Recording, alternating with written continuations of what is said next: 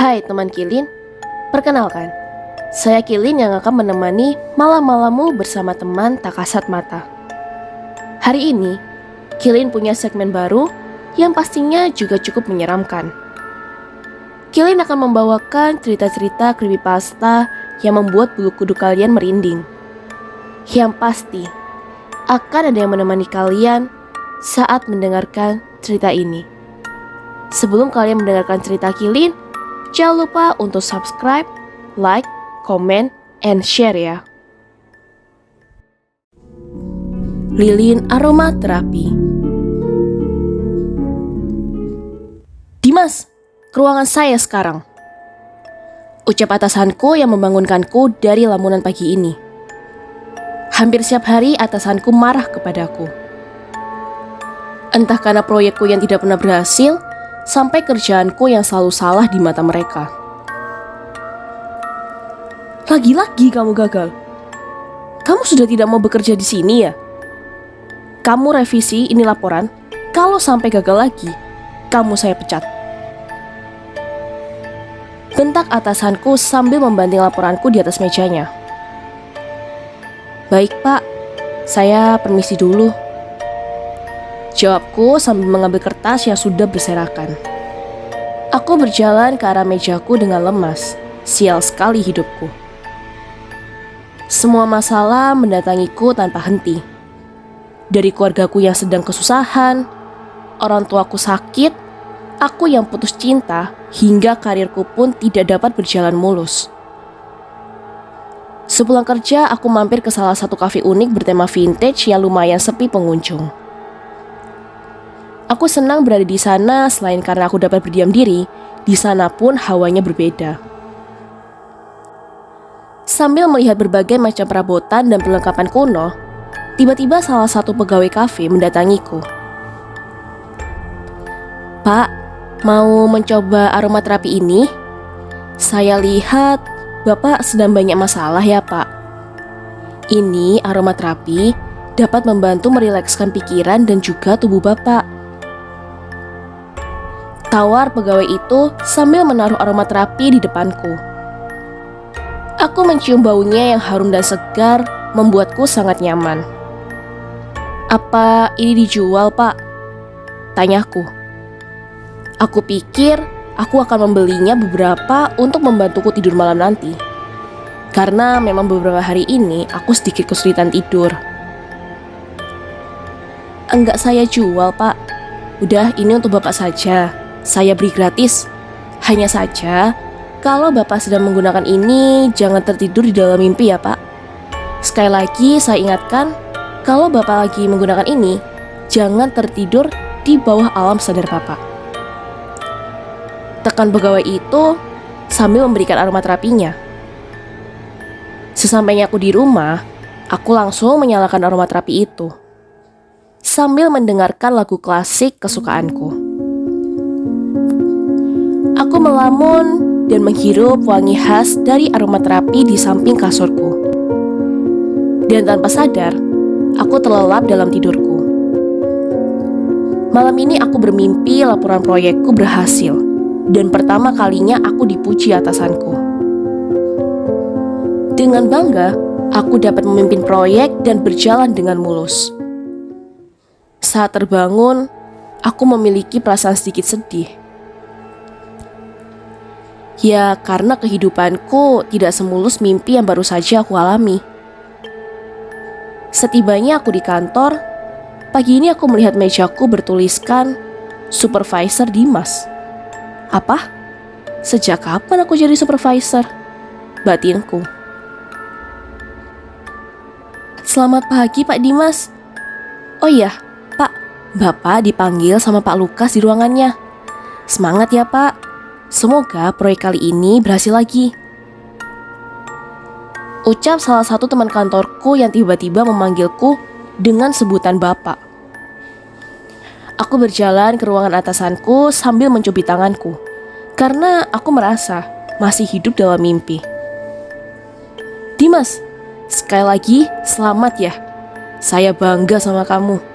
Meskipun berkali-kali gagal, kamu menunjukkan kualitas diri kamu. Oh ya, ini ada proyek besar. Proyek ini akan saya serahkan ke kamu. Jadi, saya harap kamu tidak mengecewakan saya ya Dimas. Kalau kali ini kamu berhasil lagi, kamu akan saya angkat menjadi manajer.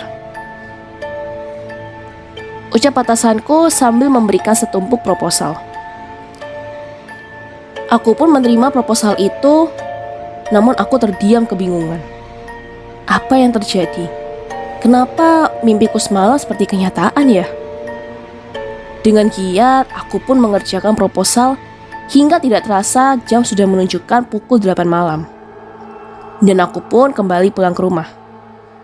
Tidak lupa juga aku menyalakan aromaterapi dan kembali mendengarkan lagu klasik favoritku. Aku pun berharap malam ini dapat mimpi indah kembali. Aku terlelap dan malam ini aku bermimpi keadaan orang tuaku berangsur membaik. Mereka sudah kembali sehat dan kami menempati rumah besar dengan 2 mobil di garasi. Aku yang mengantar kedua orang tua pulang dari rumah sakit kebingungan. Kenapa rumah orang tuaku jadi seperti ini?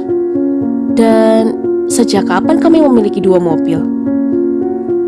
Dimas, kok bengong?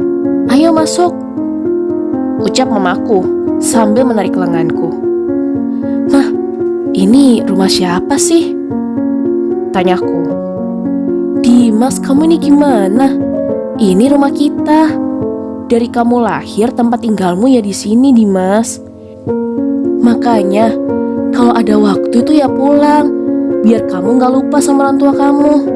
Jangan kerjaan terus yang dipikirin, jawab papaku. Aku kembali terbangun karena bunyi alarmku. Tidak lama HP-ku kembali berbunyi dan kali ini ada panggilan telepon. Halo Dimas anakku, malam ini kamu harus jadi makan di rumah loh. Mama sudah masak banyak sekali makanan sukaanmu.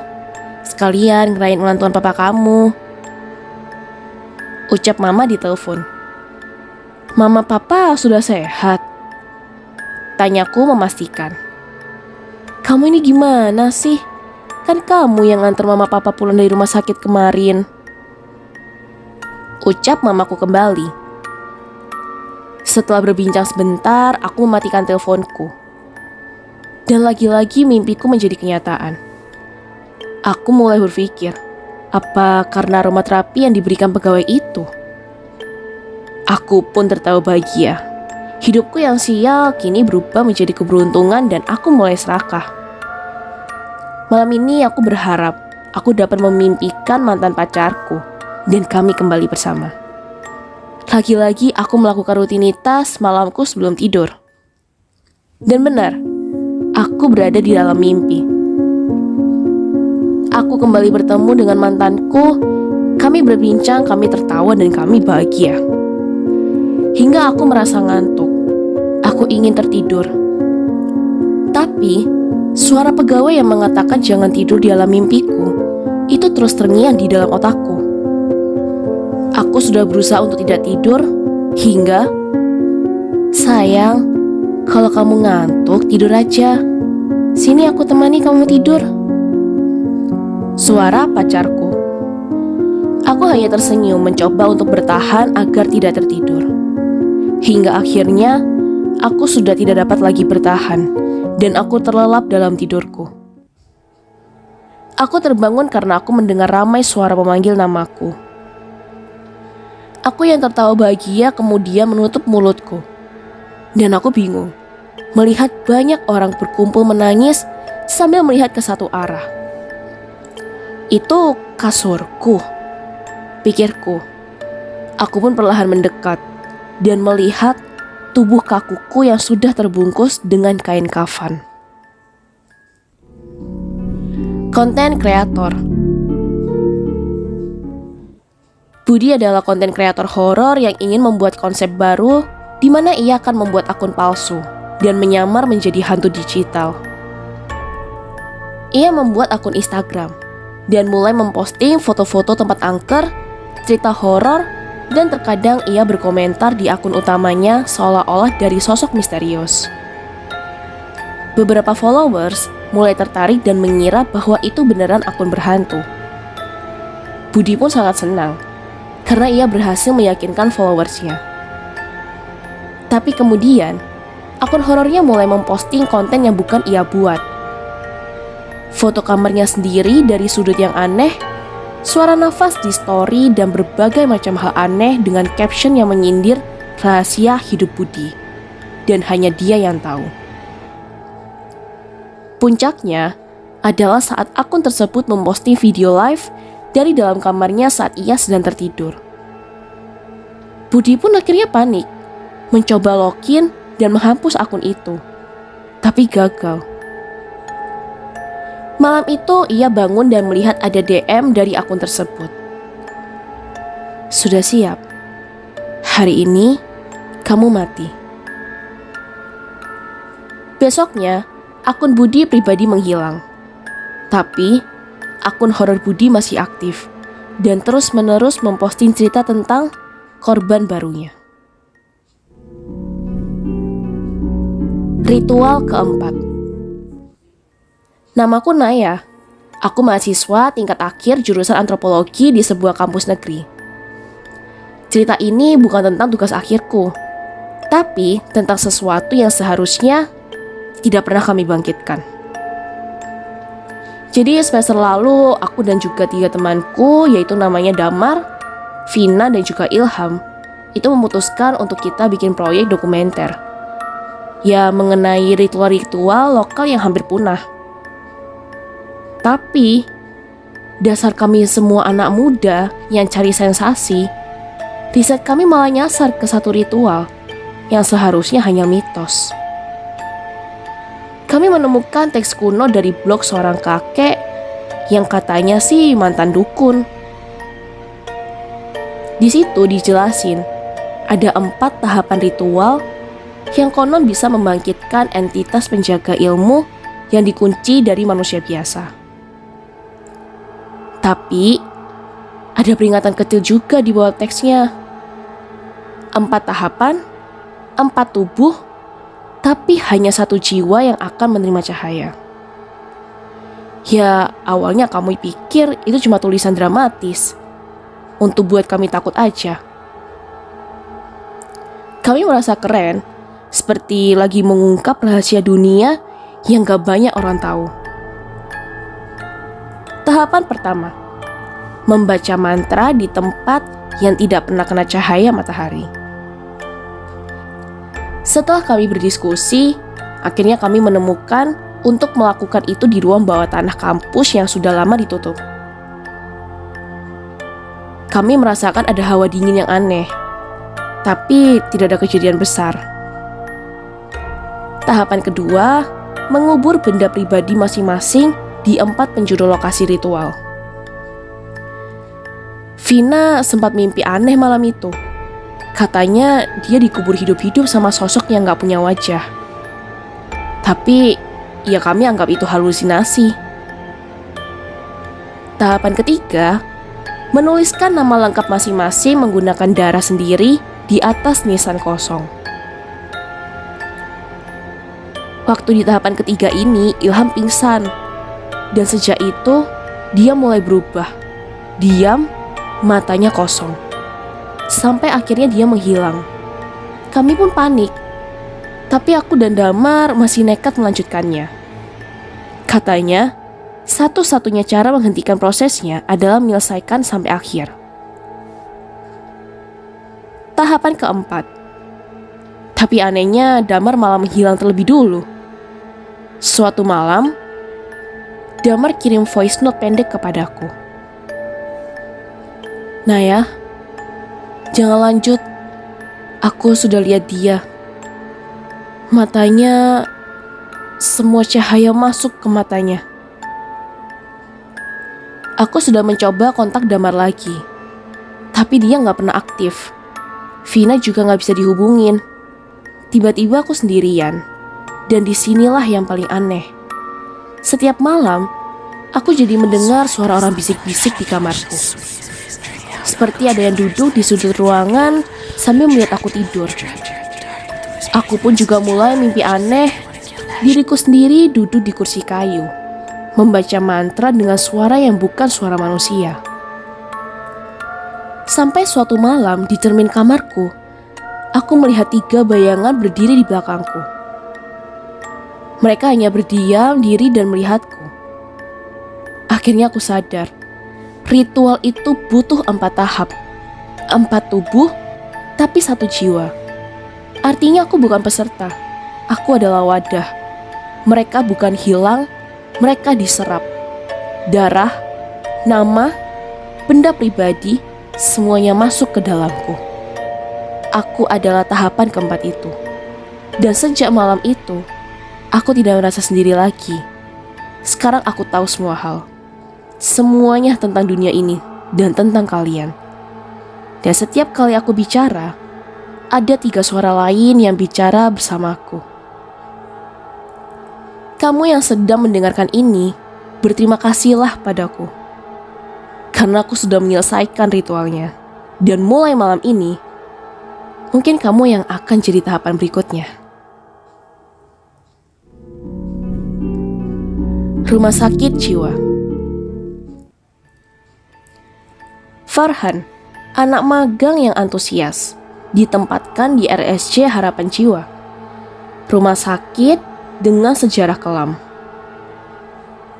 Ia merasa semuanya normal, sampai ia mulai mendengar cerita aneh dari pasien-pasien yang katanya pernah melihat sesuatu dari balik pintu 308. Di pagi hari, ruangan itu selalu terkunci.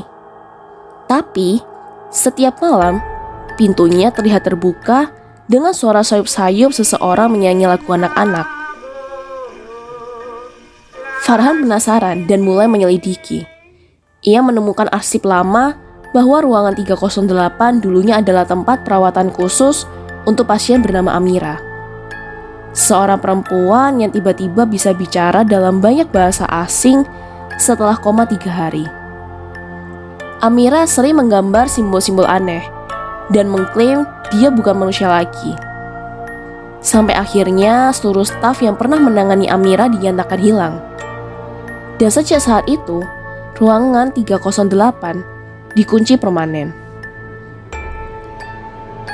Karena cerita tersebut, tentu saja Farhan makin terobsesi dengan ruangan itu. Dan suatu malam, Farhan memberanikan diri masuk ke 308. Di dalam ruangan itu gak ada apa-apa, kecuali cermin besar yang menghadap tempat tidur kosong. Di balik cermin, Farhan melihat dirinya sendiri tersenyum, tapi tubuhnya tidak bergerak. Keesokan harinya, rumah sakit menerima mahasiswa magang baru. Tapi yang aneh, tidak ada catatan bahwa Farhan pernah magang di sana. Semua staf tidak kenal nama itu. Dan di ruang 308, yang kini terkunci kembali, kamera pengawas menangkap satu momen aneh. Farhan sedang duduk di atas ranjang dan menghadap ke cermin sambil menyanyi lagu anak-anak. Sekarang, giliran pasien lain yang akan datang. Dan seperti yang tertulis di dinding ruang 308, cermin tidak memantulkan bayanganmu, tapi memanggil jiwa yang ingin menggantikanmu. Bagaimana teman Kilin? Apa kalian memiliki cerita creepypasta yang lain yang sangat menyeramkan? Kalau ada, jangan lupa komen di bawah atau kirim cerita kalian di email kilin614@gmail.com ya. Siapa tahu cerita creepypasta kalian yang akan kami bacakan selanjutnya. Terima kasih karena sudah mendengarkan cerita Kilin hari ini. Jangan lupa datang dan dengarkan cerita-cerita seram Kilin lainnya. Terima kasih juga untuk subscribe, like, share, dan komennya teman-teman Kilin.